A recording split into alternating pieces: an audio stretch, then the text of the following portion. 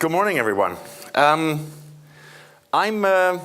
here to wake you up because it's Sunday morning, and I'm going to speak about AI and robots and all that sort of stuff, and I would suggest that you will be awake by the end of that talk at the very, very least. Now, knowledge is power. That's what Francis Bacon famously said more than 400 years ago. And I was thinking, how is this actually today? So let me start with a question. Who here knows what an exabyte is? Other than the fact it's a very large number, 10 to the power of 18. You see, I couldn't picture this. So the image you see behind the number, that's the Library of Congress in Washington, D.C., which is the largest library in the world, unless you listen to the people from the British Library who think they have about 5 volumes more. But that doesn't matter so much. So the entire printed content of the Library of Congress can be stored on an exabyte. 100,000 times. So last year, there you go. Last year, we exchanged information over the internet to the tune of 1,100 exabyte. That's 110 million times the content of the Library of Congress in 1 year. And each and every one of you in here has access to that via your smartphones that is doubtlessly in your pocket and hopefully on silent. So, in front of that background, the question is knowledge actually still power today? Now, we live in the age of the computer. The one you see here was one of the most powerful mainframes of its day. It's an IBM machine. It was so powerful, actually, that this was the machine used in ground control, used for the Apollo 11 mission to put a man on the moon.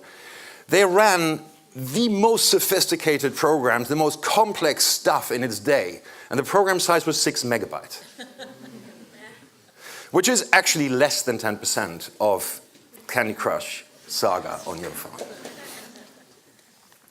Now, all this goes back to this man, Gordon Moore, one of the founders of Intel, who is the author of Moore's Law, which of course isn't really a law, but he basically said that roughly every 18 to 24 months, the number of transistors on a chip will double, and therefore, it's not a straight line, but it will basically mean that the computing power will double.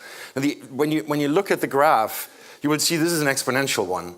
And, you know, it's sad to say, but Moore's Law is dying, or Intel's getting slower. But we're still waiting for the new chip generation. We are almost 3 years in.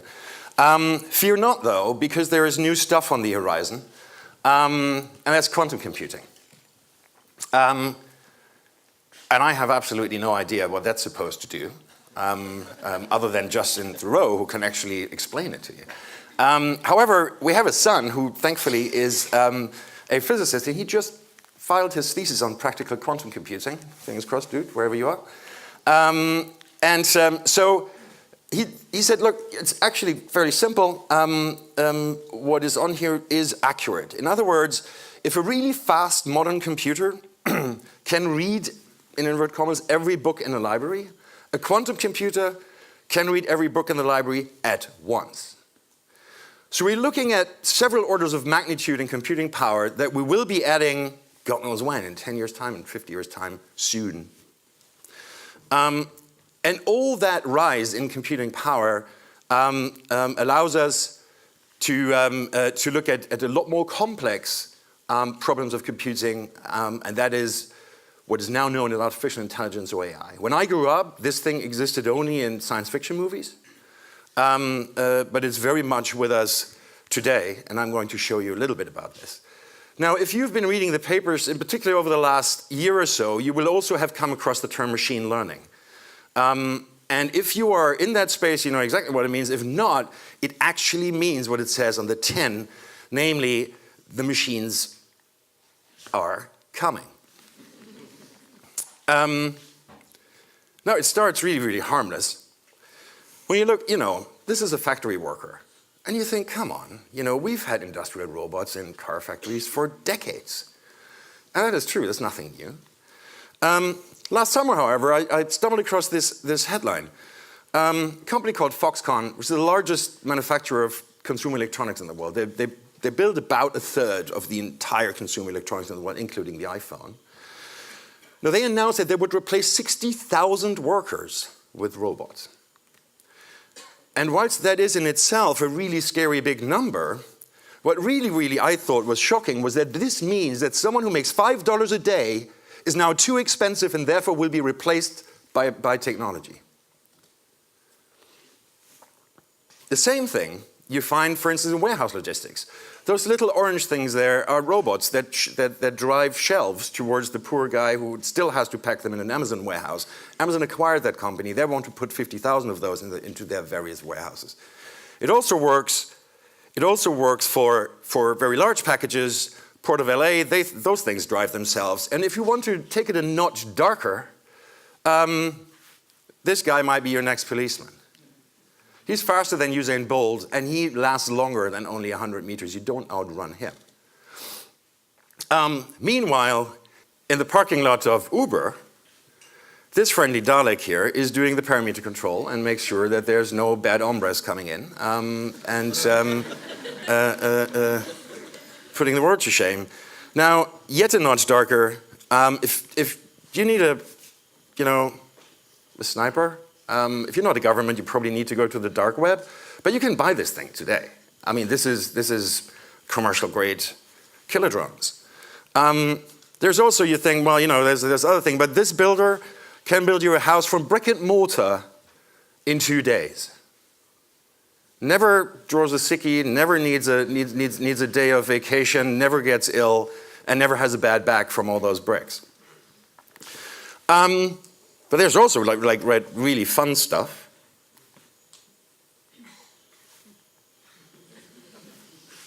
Hello, tech. There we go. So this is a pizza delivery guy. And you think, hey, dude, this is awesome, right? So I'm just dialing up Domino's and order it. Now, if you live in Auckland, New Zealand, if someone is listening, you can do this today. Because Domino's and Flirty, which is a drone maker, they actually started trialing pizza delivery via drone in November of last year. So, if you think I'm talking to you about a far-flung future, no, these things were happening today. And then you think, well, but in dense urban environments, you cannot fly a drone. And fear not, clicker. There we go. You can also get it on wheels and it will just roll along nicely on the pavement and deliver your pizza to the front door. They went live 2 weeks ago in Washington, D.C. and Redwood City in California. And if you think pizza is all too boring, there is, of course, also a robot that can cook up to 2,000 meals. And you can buy these things. Now, Uber takes it a notch higher, not only parameter control with friendly Daleks, but they actually started trialing self-driving cars to pick up real passengers. And not only in some odd little place where no one lives, but in Pittsburgh, which is fairly densely populated. And if you don't want to ship around people but things, this truck has been trialing on the roads of Nevada for the last 4 years. Now, the backdrop to this is, worldwide, about 400 million people earn their living by shipping people or things from A to B, and they're all in the process of being potentially displaced. This is Sunday, right? We should do a bit of culture. Meet Emily Howell. You can look her up on Spotify. It's very, very gentle, nice piano music. The thing, however, is Emily Howell is an algorithm. Signed to a label for the time being. And honestly, listen to it because it's amazing. And then last autumn, I stumbled across this headline. The good folks from Google DeepMind. DeepMind is a company based out of London that was acquired by Google. And they published this really complex scientific article about WaveNet, which generates audio. And that means that the next Emily Howell will actually also be able to sing. And you wouldn't be able to tell the difference if that's a human being or not.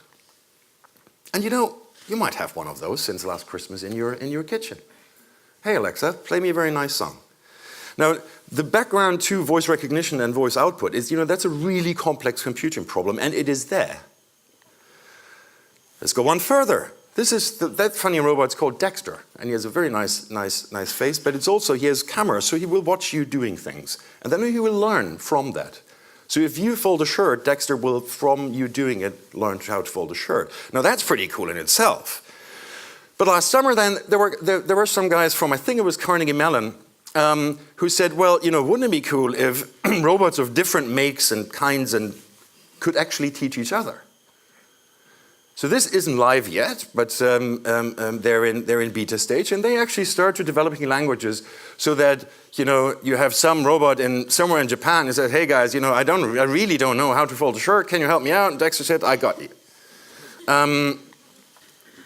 When I was little, I trained as a lawyer, and my dad said, "Look, this is son, become a lawyer, an accountant, or a doctor, right? It's you're safe." Well, guess what? I'm not. Well, I am, because I've fled the profession quickly enough. But again, last summer was a good summer for AI. Clifford Chance is one of the largest law firms in the world, one of the big Magic Circle firms in London, and Baker Hofstadter is a large law firm in the US. They both deployed different AI lawyers in their practice. In their bankruptcy practice in the US, the guys, and Clifford Chance is for one of the most lucrative parts of corporate law, which is corporate due diligence. So this is today. Now, the end result of all of this is that, we need to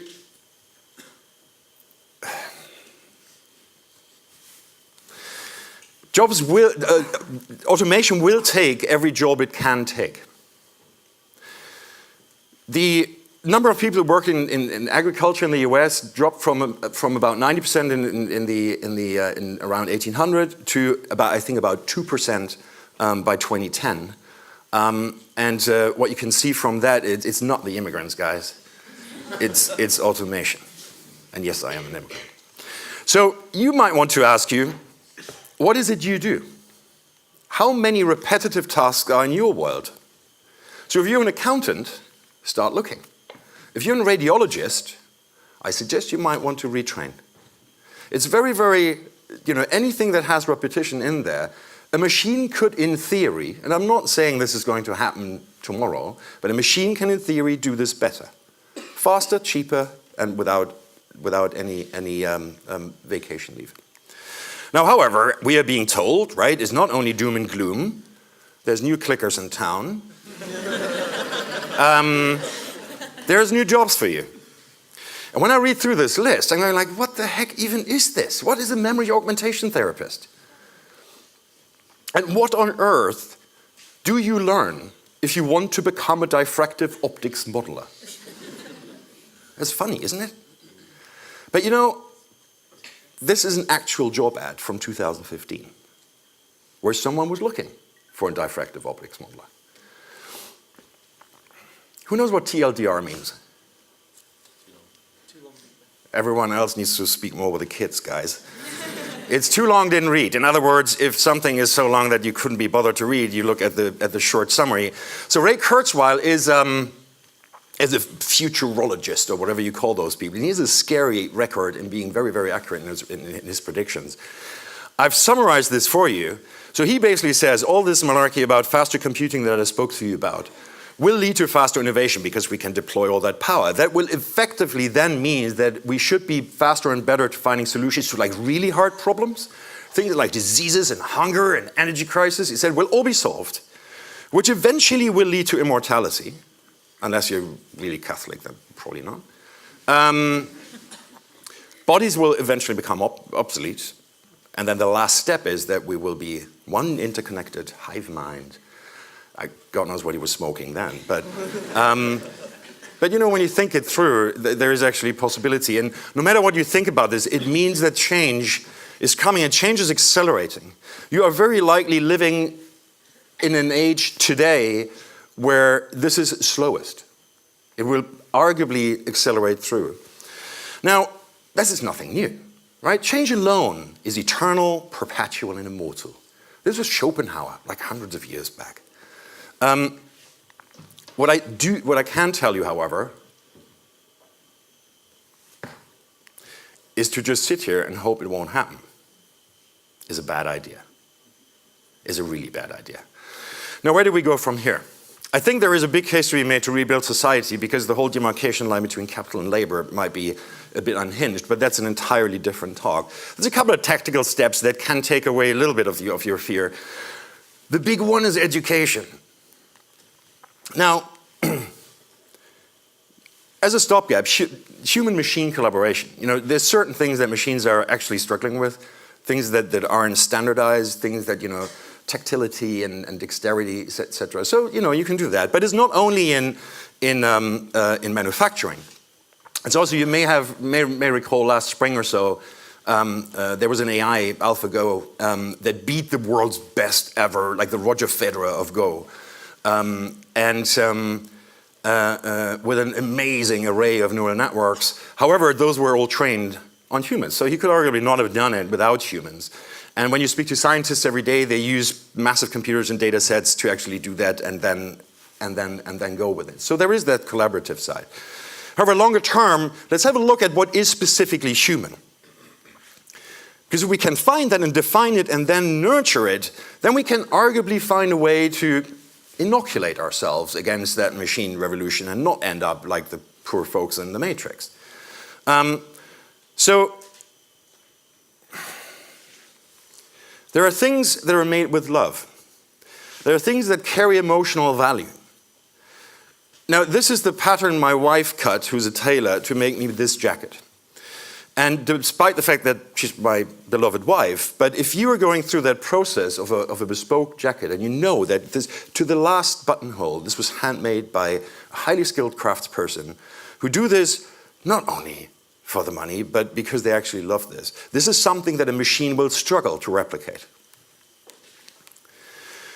Empathy is another one. Machines can actually recognize that, but they don't, of course, feel it. So any job, any action, everything that requires empathy, that's a good place to be. Creativity is one. You know those 100,000 monkeys that hack on a keyboard and eventually Ulysses will come out? That is not creativity, that's brute force computing. And again, genuine creativity is a hard one to mimic for a machine. And the last one is critical thought. Now, all of these things, all of those 4 things that I've just shown you, cannot be found on a curriculum in a school. They are, however, arguably the cornerstones that we will need in order to provide a meaningful education to our kids so that we can also educate them for jobs that we have actually no idea what they will be. But those are the cornerstones that give us a little bit of hope. In order to do that, however, we need to ride that train rather than jump in front of it. And with that, I bid you farewell. Thank you very much.